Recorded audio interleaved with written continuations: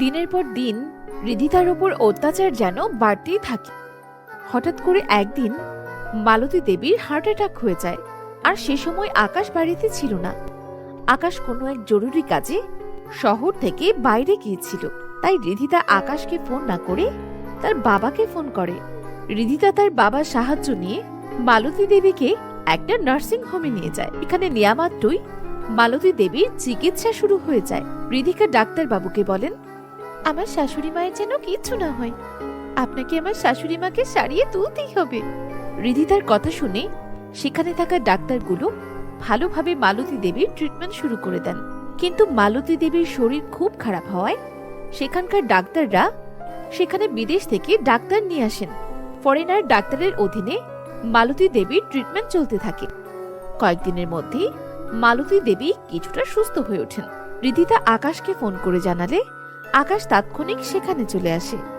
আর এরপর আকাশ রিধিতাকে বলে, রিধিতা, তুমি এত বড় নার্সিং হোমে মাকে কিভাবে ভর্তি করালে? তুমি 5 দিন ধরে এখানে আছো, আমাকে তো কিছুই জানাওনি। তুমি জানো এই এলাকার নার্সিং হোমটা সবচেয়ে বড় নার্সিং হোম, আর এখানে বিদেশি ডাক্তারদেরকে দিয়ে চিকিৎসা করানো হয়। তুমি এত টাকা কোথায় পেলে?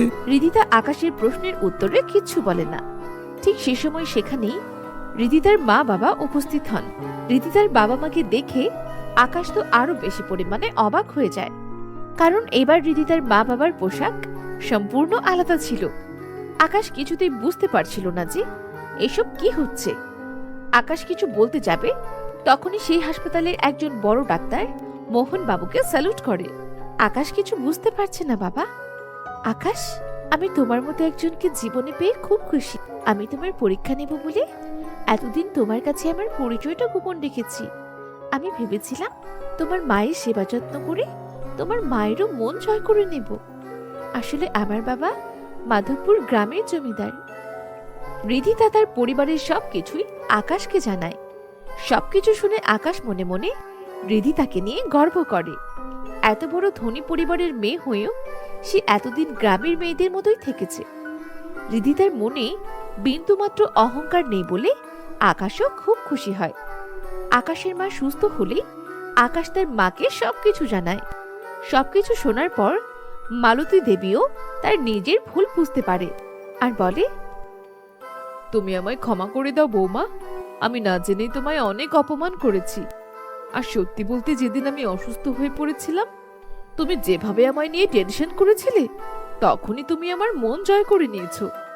তোমার মতো এমন বৌমা পেয়ে আমি সত্যিই নিজেকে ভাগ্যবান মনে করছি। শাশুড়ি মায়ের এমন কথা শুনে রিধিতার চোখে জল চলে আসে। সে তার শাশুড়ি মাকে ক্ষমা করে দেয়। সেদিনের পর থেকে রিধিতার জীবন পুরোপুরি পাল্টে যায়। বর এবং শাশুড়ি মা তাদের ভালোবাসা দিয়ে রিধিতার জীবন ভরিয়ে দেয়। এভাবেই রিধিতা হাসি খুশি তার বৈবাহিক জীবন কাটাতে থাকে।